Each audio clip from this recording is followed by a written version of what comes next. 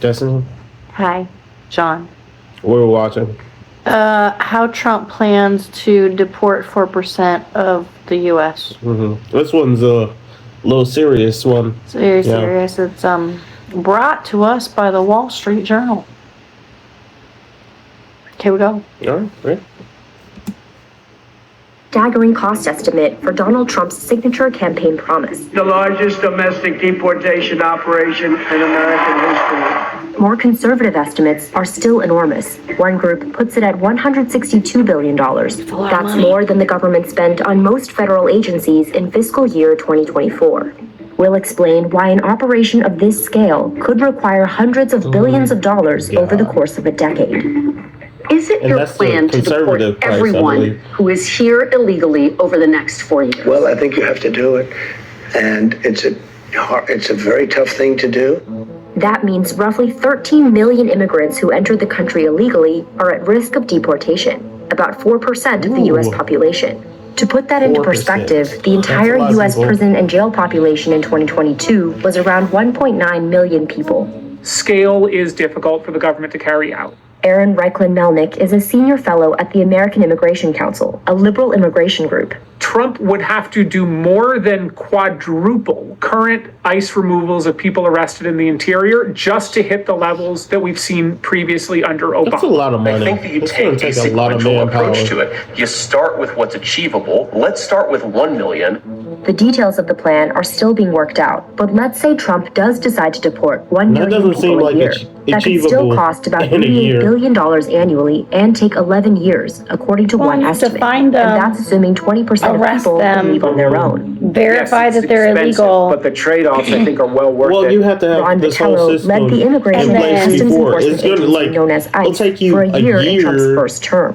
Right now, the government is underfunded for its ability big enough to be able to accomplish places to this and house the these border people mission simultaneously. Will require a reallocation. Yeah, are we building prisons? Unless are we just taking buses? Other immigration experts and just say like, the actual cost of Trump's mass deportation plan will be much lower than the American Immigration Council's estimate of $315 billion. A more robust enforcement like the administration is getting may create significant economies of scale. Stephen Camarata is the director of research at the Center for Immigration Studies, a group favoring immigration restrictions that helped staff Trump's first term. Once you start doing it and you get an infrastructure in place, then it might be a lot cheaper. Deportation starts with arrest. There'll be targeted arrest. We'll know who we're going to arrest, where we're most likely to find them based on numerous investigative processes. We're starting with the criminals. Well, that's time right there, an investigation process. Trump says dreamers, or people who entered the U.S. illegally as children, might be an exception. To make arrests, ICE officers would either identify someone who's already in a jail or prison, or go to a person's home. Please, come to the door. The majority of undocumented immigrants are not in law enforcement custody. Most of them have never committed any offenses. Arresting people out in the community, known as at-large arrests, isn't a common tactic for ICE. Vitello says it's more logistically complicated and more expensive, but it's at the center of the Trump administration's plan. I'm not concerned that they won't be able to find them. It's just a matter of time, given the circumstances, given the availability of information, and given the resources in play. At-large arrests often require multiple federal agents and take several days because ICE officers don't generally have warrants.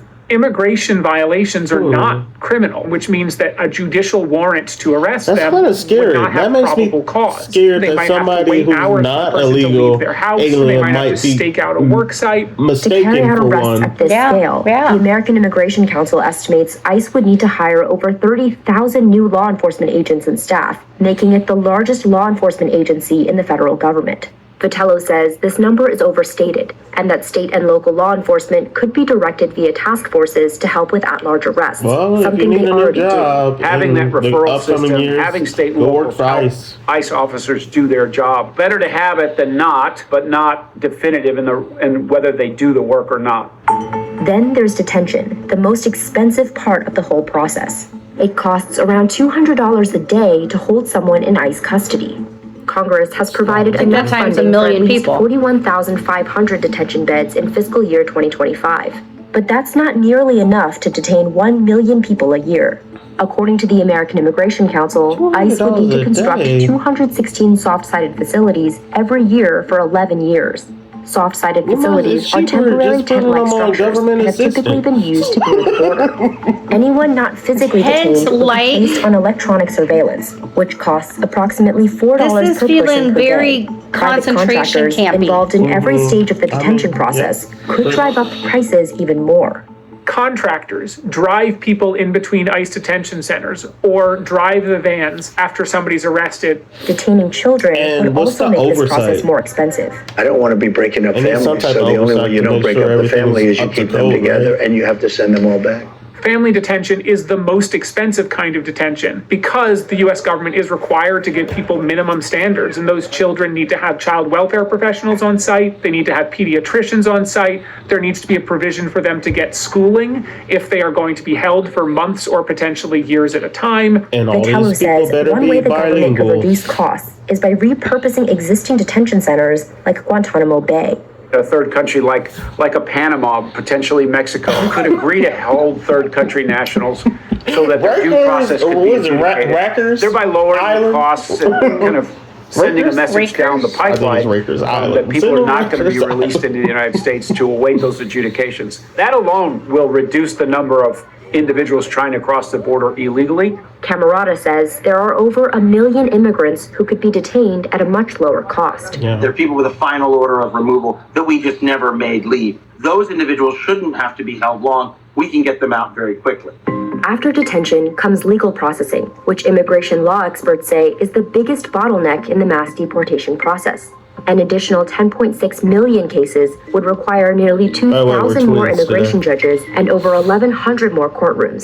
There is not only a cost in the immigration court side, but there's also a cost in the ICE side in getting these new prosecutors online. You need support staff for the judges, judicial law clerks, secretaries. About how we found Staffing on both sides leads each case to cost over $2,500. They think we're kidding. To set up new courtrooms quickly, the government would likely construct tent courts, like those built in 2019 to implement the migrant protection protocols. This was when immigrants living in the U.S. illegally were returned to Mexico to wait for the duration of their court proceedings. They went to tent courts near the border to virtually appear in front of judges. You could do those hearings much faster, logistically get more judges and more hearings heard in a day. As with finding new efficiencies in the detention space, that is another thing that has its limits. Tent-style courtrooms in Laredo, Texas cost about $16 million to build and $143 million annually to operate. Once a person receives a final removal order, they have to either report for deportation at a later date or wait in detention until then. At that point, the U.S. government has to actually arrange the removal. That would involve putting them on a bus and sending them to Mexico. But if they're from any other country other than Canada, that means putting them on a plane and flying them to their ultimate destination. An operation of this scale could require over 6,000 removal flights per year. For comparison, ICE had around 1,200 removal flights in fiscal year 2023. The average ICE removal flight costs about $17,000 per hour. This number could go up if private contractors who provide ICE with planes and pilots raise their prices. But there are other assets, right? ICE has a number of its own aircraft that are already in service today. The Justice Department, the Marshal Service, has their own transportation aircraft. The scale-up need could come from the military. Trump told NBC News in November that there is no price tag for his plan. Camarada says the cost will likely be spread out over several years because it would be impractical to deport even 1 million people a year, let alone all 13 million in a single one-time operation. In this case, it's probably hyperbole. What I think he's trying to do is tell everyone, when I take over, the immigration law is going to be back in business. And I think it's going to have a big effect. And then it's going to be up to the public to judge whether he kept his word. But getting enough funding from Congress will be crucial for an operation of this magnitude. Senate Republicans have said that passing a border funding bill will be the top priority next year. Border security, more bed spaces so you don't have to release people that shouldn't be released, and more ICE agents to deport people who represent a threat to our country and shouldn't be here to begin with. Republicans control both chambers of Congress next term, but it's a narrow majority, making spending on this scale no guarantee. To my Democratic friends, I think if you resist rational deportation policy, you do so at your own peril.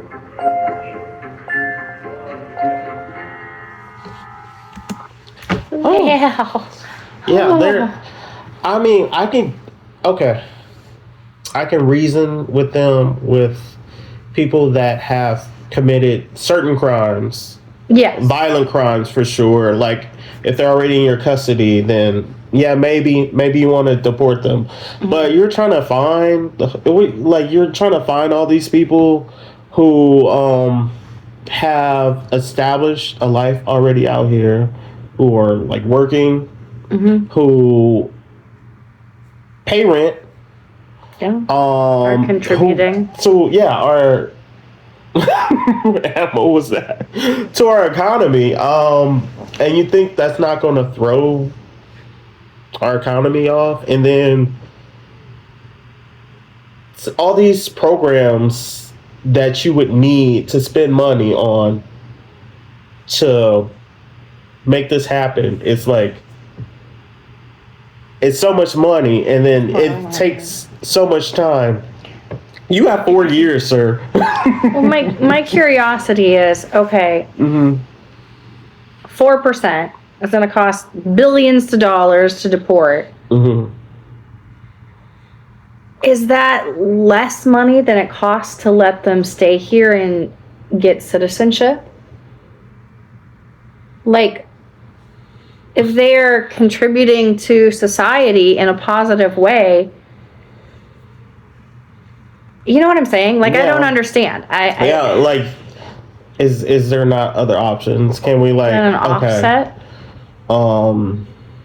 You can apply for citizenship, whatever. And if it's about money, like you have a job, you're gonna pay more in taxes. Hey, there's a thought. Let's tax people more. Yeah. We like to do that, don't we? We love taxing people. We're the government. Don't we like doing that? Come on. I don't know. Yeah, interesting. I guess it'll be interesting to see how it plays out in the next 4 years. Yeah. Like, I'm curious if anything will actually like happen in this coming year. Because Trump is like, this is happening yesterday. Yeah, for sure. Pretty much. Yeah, I don't think he's thinking over 4 years. No, he's thinking like in the next 3 months you'll see a difference. Yeah. So I guess we'll see. Time will tell. I don't know. I mean, my heart goes out to like families that come over here because they feel like their like life depends on getting the hell out of wherever they're at. Yeah. They're looking for safety and freedom, and you don't like, if your life depends on it, you like, I'm going to like cross over into this, into another country. Right. Like, I'm not thinking of myself as a terrorist. Right. Yeah. So, to treat them like they are is like, I don't know, have some type of compassion. Humanitarians, aren't we?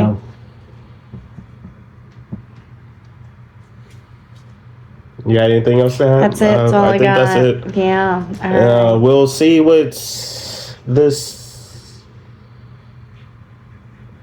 Time, like you said, time will tell. We'll see. I don't know if this year will bring. I'm kind of worried. Yep. Same. All right. All right. Thanks for joining us, friends. Yep.